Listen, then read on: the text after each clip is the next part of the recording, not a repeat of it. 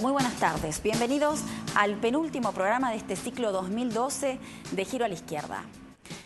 Y pasó el 7D. ¿Pasó el 7D?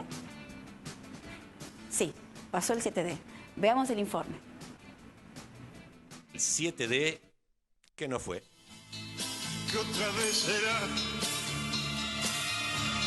¿Qué otra vez será? El martes pasado decíamos que el gobierno nos presentaba el 7D como la madre de todas las batallas. También decíamos que no sabíamos si iba a pasar algo o no iba a pasar nada. Y finalmente no pasó nada.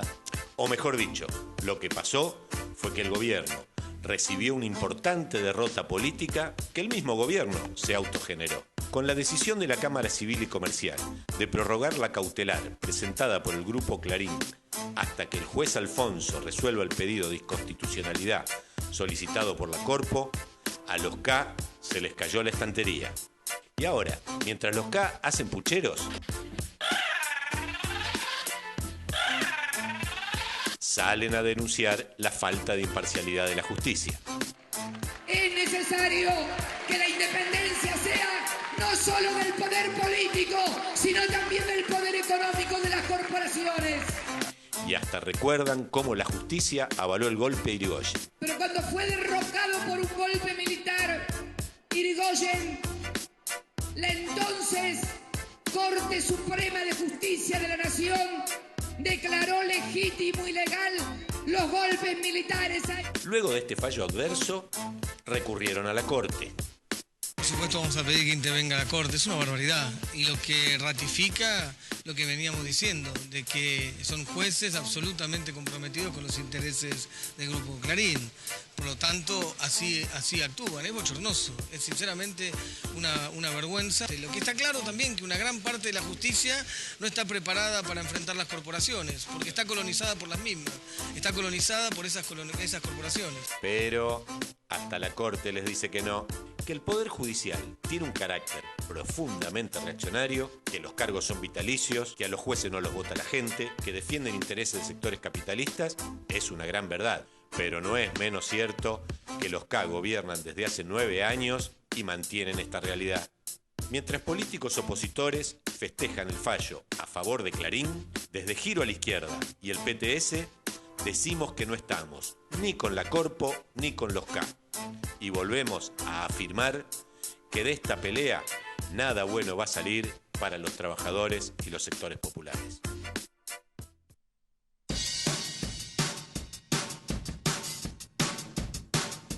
¿Qué tal, Hernán? ¿Cómo estás? Muy bien, Elina, ¿cómo estás vos? Bien.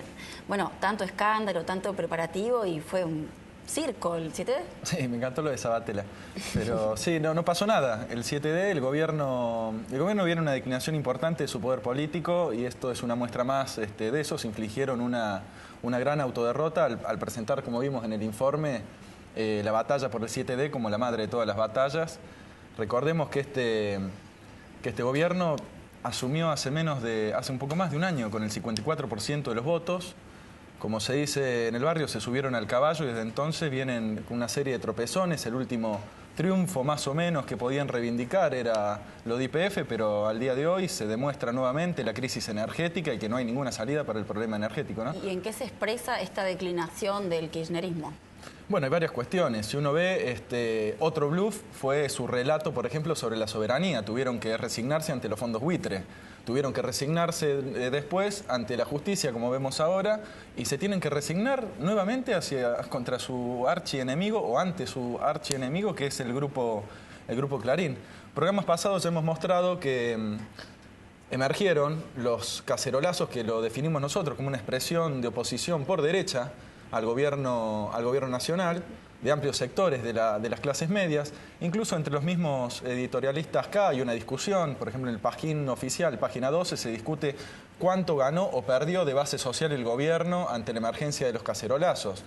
Una discusión dos mangos aparte, pero el acontecimiento más importante para nosotros es el 20N.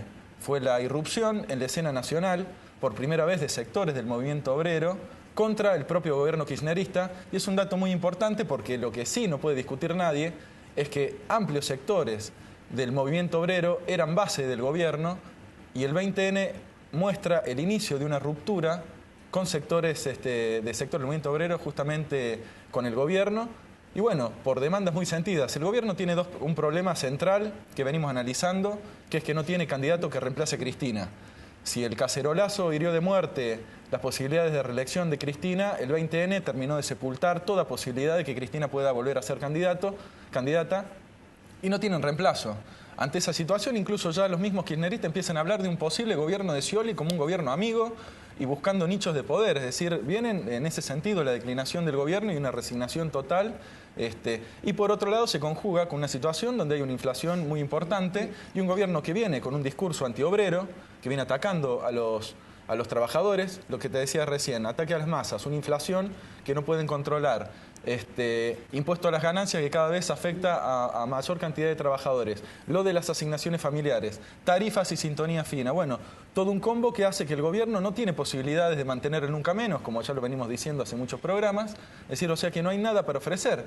Eso se muestra en el rol opositor que tiene que jugar Moyano, justamente tratando de ser el abanderado del nunca menos en el movimiento obrero. Bueno, pero esto también genera una serie de contradicciones. Claro, eso te quería preguntar. ¿Cuál es la reacción de las conducciones sindicales ante esto que decías vos de el comienzo de la ruptura de los trabajadores con el gobierno kirchnerista? Bueno, hay varias cuestiones ahí para analizar. En primer lugar, uno de los principales derrotados del 20N fue la burocracia oficialista de Caló, o sea, la burocracia que está con el gobierno.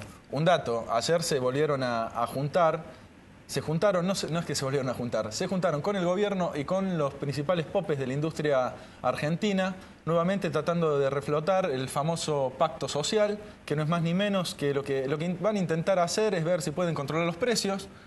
Acá hay que tomar nota de que controlar los precios quiere decir que lo que dice Moreno, que se puede vivir con 6 pesos, por ejemplo, ¿no? Entonces, por un lado quieren controlar los precios, quieren mantener un tope en los aumentos salariales y si hay mayor, en ese sentido, quieren ver si suben el mínimo no imponible de las ganancias, pero por otro lado quieren atar los aumentos de sueldo a la productividad del trabajo. Bueno, de esa reunión salieron los burócratas sindicales oficialistas que habían carnereado el 20N, teniendo que poner buena cara y diciendo que había sido una reunión espectacular, pero son todas palabras, un ensayo más de los muchos que hemos visto a lo largo de la época del kirchnerismo, para tratar de mantener la situación de los trabajadores. Y Moyano, ni lerdo ni perezoso, salió al cruce planteando que no quiere ningún tope en las paritarias, y esto suma un elemento más al otro que me quiero agregar al final, que es el 19 de diciembre, que es la marcha convocada por Moyano y Micheli, en la cual nosotros opinamos nuevamente que la izquierda y los sectores combativos del movimiento obrero y el sindicalismo de base tienen que volver a participar y aprovechar ese escenario para ganar repercusión, para ganar en repercusión nacional y en influencia en amplios sectores del movimiento obrero. Eso es lo que está planteado en la situación nacional, aprovechar con todo este 19D y que se sigue expresando esta irrupción del movimiento obrero que tiene que seguir peleando por sus demandas que no han sido satisfechas del 20N a esta parte y que el gobierno seguramente no va a poder satisfacérselas. Y bueno, y aquí en Córdoba, para cerrar, está planteado también, junto con la izquierda y los sectores opositores en los sindicatos, hacer una manifestación y una acción que sea parte de esta acción nacional. Como venimos diciendo, con las banderas propias, más allá de las conducciones sindicales. Claro, por supuesto, de manera independiente y tomando los reclamos del conjunto del movimiento obrero. Aquí en Córdoba es muy importante, por ejemplo, el tema que hemos planteado en estos programas, por ejemplo, de las muertes obreras en la construcción, que no lo toma ninguna burocracia, ¿no? Desde ya. Bueno, muchas gracias. Gracias a vos.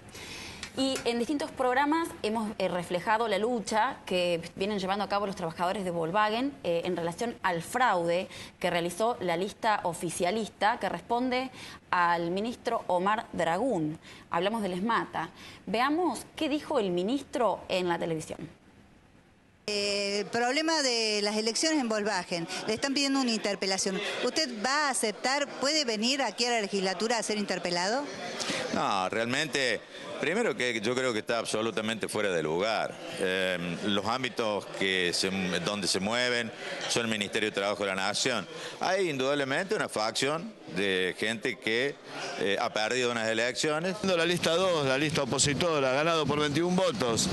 en las 3 plantas. Aducen que no son así. Hubo muchísimos más fiscales de parte de ellos que de parte nuestra. Yo no estoy en funciones, ustedes saben que no, para eso está el secretario adjunto y la comisión directiva. Lo que sucede indudablemente cuando hay agravio por parte de ciertas facciones políticas que no voy a nombrar pero que todos conocemos, y bueno, cuando se pierde y cuando se gana, se gana. Viendo la lista 2, la lista opositora, ganado por 21 votos en las 3 plantas. Y sobre todo que han puesto en tela de juicio al Ministerio de Trabajo, cuando todos conocen que realmente lo que venimos llevando adelante es un trabajo muy fuerte, que ha tenido sus resultados y que donde hubo accidentes, sí, hubo accidentes de muerte,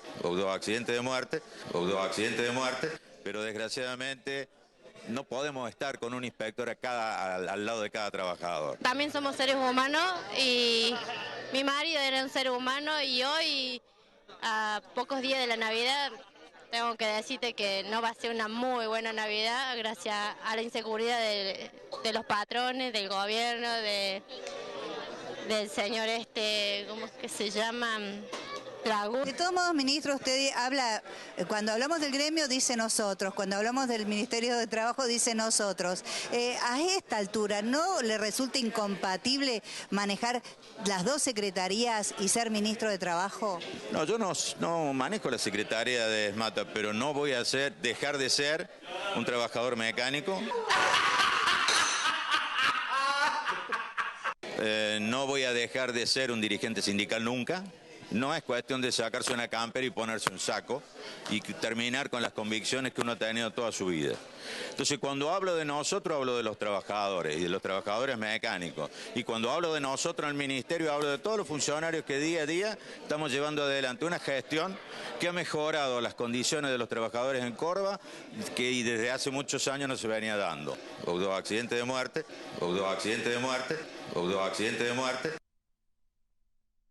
Entonces, cuando vienen planteos gratuitos, agresiones gratuitas, hasta de legisladores, realmente para nosotros es bastante molesto. Es una interpelación, un pedido de comparecencia para que venga el ministro Dragún en virtud de las irregularidades antiestatutarias que ha sucedido en la fábrica Volkswagen el 13 de noviembre en ocasión de elegir los delegados de esta empresa.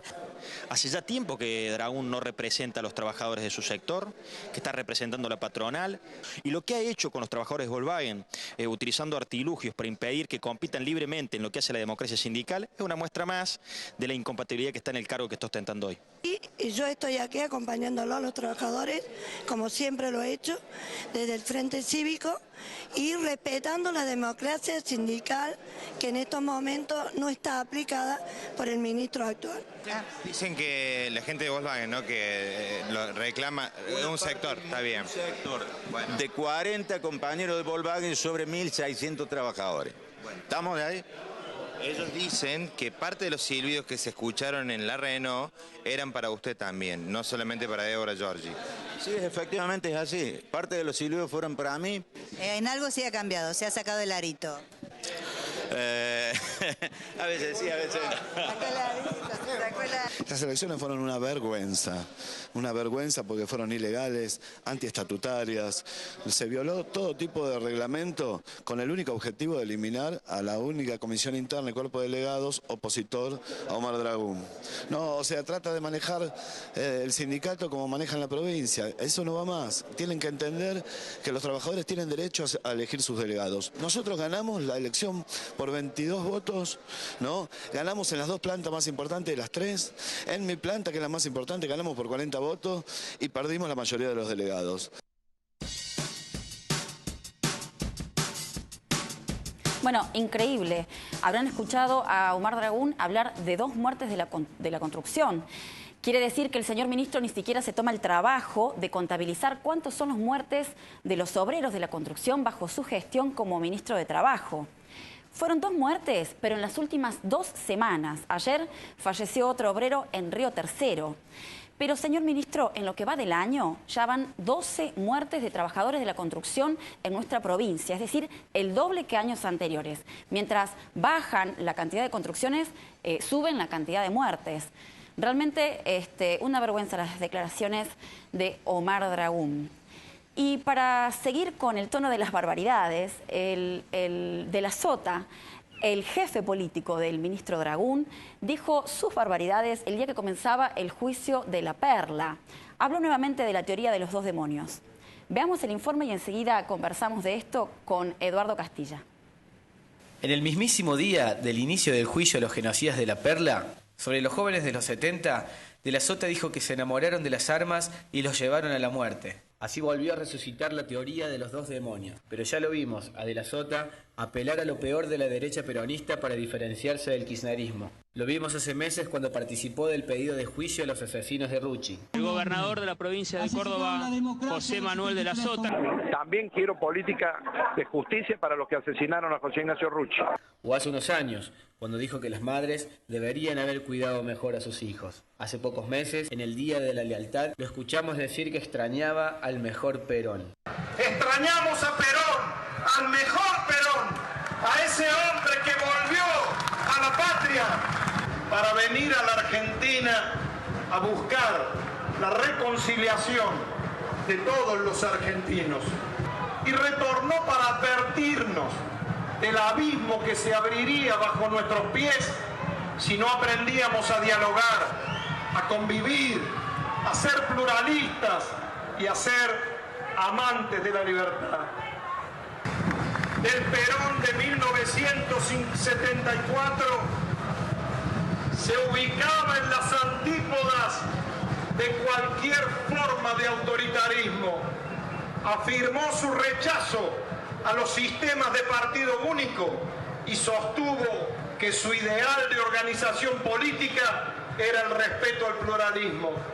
Otro aspecto del pensamiento de Perón que hoy adquiere relevancia es su recomendación de respetar a rajatabla la pluralidad informativa y la libertad de expresión.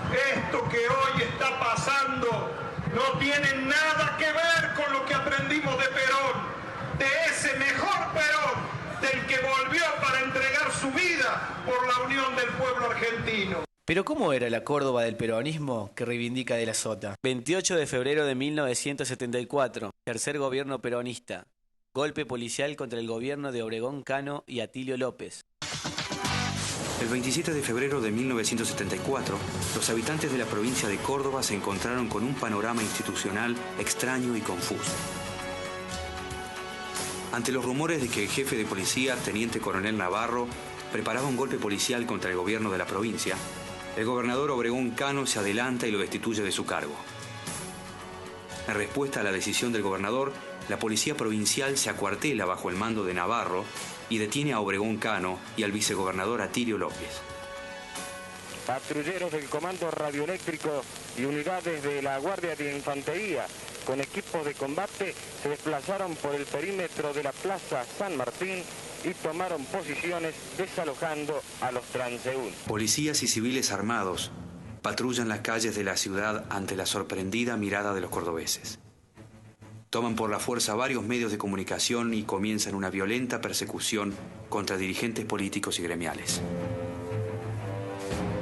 El gobierno nacional se niega a restituir en sus cargos a las autoridades legítimas y envía al Congreso un proyecto para intervenir al Poder Ejecutivo Provincial. Obregón Cano y Atilio López son obligados a renunciar y en el texto de dimisión responsabilizan por lo sucedido al ministro del Interior, Benito Jambí. Una vez en el gobierno, Perón tomó partido por los sectores más conservadores de su movimiento y consintió todas las medidas tendientes a disminuir el poder de los grupos identificados con la izquierda, en un intento claro de frenar la movilización social y de disciplinar a su partido.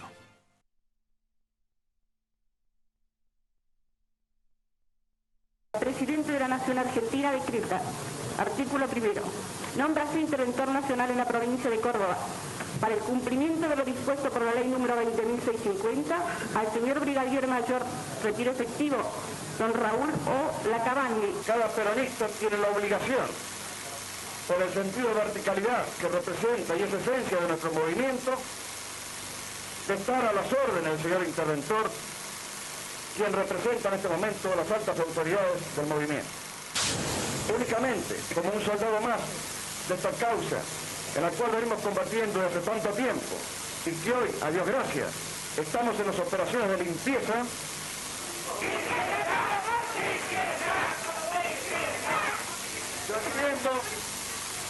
Interpretando este sentimiento que se ha generalizado en la provincia de Córdoba, desde el Distrito Capital, y ha irradiado al país entero, que la gente del pueblo dice basta, y afuera los no argentinos.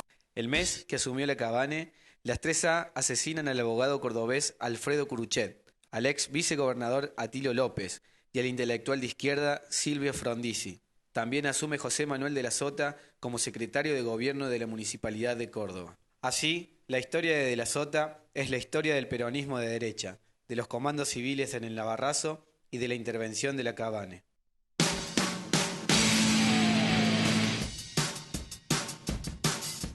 Estamos con Eduardo Castillas, del blog colectivo Apuntes de Frontera. ¿Qué tal, Eduardo? ¿Cómo andas? ¿Qué tal, Elena? ¿Cómo estás? Bien.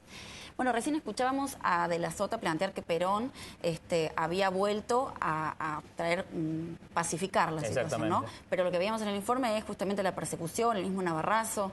¿De qué clase de paz habla De la Sota? Y es evidentemente una paz en la cual lo que había que anular eran los reclamos de la clase trabajadora. Es decir, la vuelta de Perón a la Argentina después de 18 años de exilio está dada por la imposibilidad que tiene la clase capitalista a través del régimen de lo que se llamó la Revolución Argentina de poder poner un freno al enorme ascenso revolucionario que se venía desarrollando desde el Cordobazo. Es decir, hablamos de un ascenso que había dado lugar al Cordobazo, a otras insurrecciones locales como el mismo Viborazo que se saca en Córdoba, el Mendozazo en la misma provincia de Mendoza, y que incluso había dado lugar a fenómenos muy interesantes desde el punto de vista de la lucha de clases, como el sindicalismo clasista Citrax-Citram. Todo ese enorme ascenso del movimiento estudiantil y del movimiento obrero que la dictadura de Lanús no podía canalizar, efectivamente Perón es la carta que se juega la clase capitalista argentina para desviarlo e intentar contenerlo. Una política represiva hacia el conjunto de las masas. Va a incluir una política represiva, efectivamente, hacia sectores amplios del movimiento obrero y también una política más específicamente represiva hacia los sectores de vanguardia influenciados por la izquierda clasista o por la izquierda revolucionaria. Hacia el movimiento obrero se va a combinar una política de pacto social por la cual se va a intentar hacer un congelamiento al mismo tiempo de los aumentos salariales y de los aumentos de precios, al mismo tiempo que se van haciendo una serie de modificaciones, por ejemplo, transformando el Código Civil y penando las tomas de fábrica, que era un método de lucha muy extendido en el movimiento obrero, votando una ley que se llamó la Ley de Prescindibilidad, por la cual se podía despedir un empleo público sin ningún tipo de problema, o incluso haciendo modificaciones, y esto es un aspecto muy importante porque es parte central del apoyo del gobierno, a la ley de asociaciones profesionales, dándole un poder muy grande a la burocracia sindical. De hecho, ese poder le permitía intervenir a las seccionales locales. Ese va a ser el mecanismo con el cual van a atacar a las seccionales Mata, dirigida por Salamanca, acá en Córdoba. Entonces, hay una política represiva y de contención hacia sectores de las grandes masas, y hay una política represiva que esencialmente se va a ver a través de las 3A sobre los sectores más combativos influenciados por la izquierda. Claro, que acá en Córdoba es llamado el Comando Libertadores de América, y que adelantó los métodos de la dictadura como la desaparición de personas. En Córdoba, tanto el Navarrazo que veíamos recién en el informe como la actuación del Comando Libertadores de América son, desde un punto de vista, un anticipo de la dictadura militar. Incluso intelectuales como César Tach han planteado que, desde un punto de vista, son los primeros inicios o lo que prefigura lo que va a venir en la Argentina a partir de marzo del 76. ¿Y después de la muerte de Perón? Después de la muerte de Perón, lo que se va a continuar es esta política. Es decir, la AAA se calcula que entre noviembre del 73, que empieza a actuar, hasta marzo del 76, se asesinó entre 1.500 y 2.000 activistas, dirigentes sindicales, militantes de izquierda, militantes sociales, es decir, un ataque muy grande sobre sectores combativos del movimiento obrero y la juventud, y al mismo tiempo lo que se va a continuar es, ya bajo el gobierno de Isabel, esta política represiva. De hecho, la muerte de Perón lo que hace es eliminar al quien era el principal árbitro dentro del movimiento peronista y desata una mayor conflictividad a nivel general. Eso va a implicar una mayor intervención del ejército adentro de la política interior, que lo más conocido es tanto el operativo Independencia que se hace en Tucumán como el decreto por el cual se permite a las fuerzas represivas aniquilar la subversión, así como te estoy diciendo, al interior del territorio nacional. Ahora, nosotros recién escuchábamos un fragmento de lo que dijo De la Sota en el acto del Día de la Lealtad.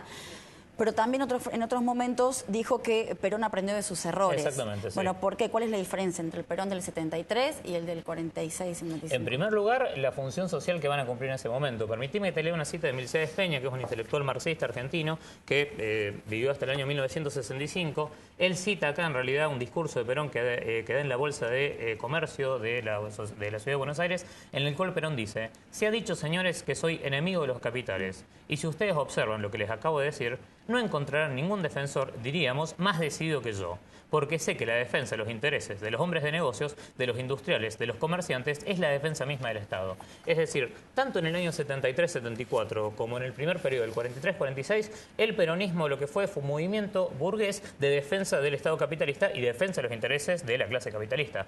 En tanto tal, lo que hizo fue anular o intentar anular la lucha de clases, que también es algo que Perón va a decir en muchos de los discursos que son públicos. En el año 43-46 lo hizo incorporando a la clase trabajadora al Estado Nacional, dándole una serie de conquistas importantes que en realidad fueron arrancadas por la lucha de la clase trabajadora al precio de quitarle su independencia política, es decir, atar sus organizaciones sindicales al Estado a través del Ministerio de Trabajo y construir una burocracia, que es la burocracia que hasta el día de hoy se mantiene, llena de privilegios, que cumple la función de ser la policía al interior del movimiento obrero, es decir, frenar toda tendencia autónoma del movimiento obrero. ¿Y cómo evoluciona el Perón del 43-46 al del 52-55? Va a ir cambiando en función del cambio de las circunstancias políticas nacionales e internacionales. El peronismo del 43 al 46 tuvo la ventaja de una situación económica internacional favorable y una situación política internacional también favorable, en la cual no había todavía una predominancia norteamericana en la región. Ahora bien, a partir del año 52-53, cuando cambian esas circunstancias, el gobierno peronista tiene que empezar a girar hacia la derecha, empezar un ataque sobre condiciones de vida del movimiento obrero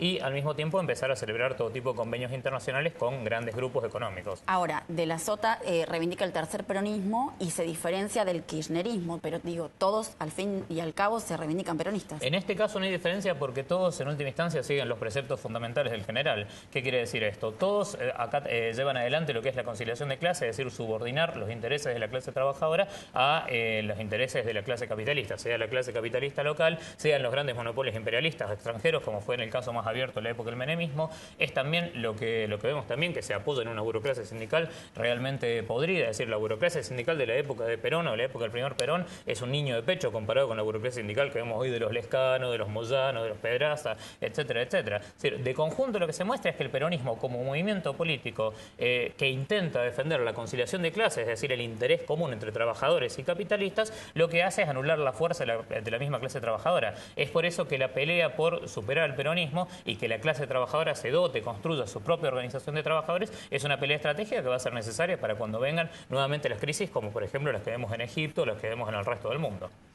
Muchas gracias, Eduardo. Gracias a vos, Elena.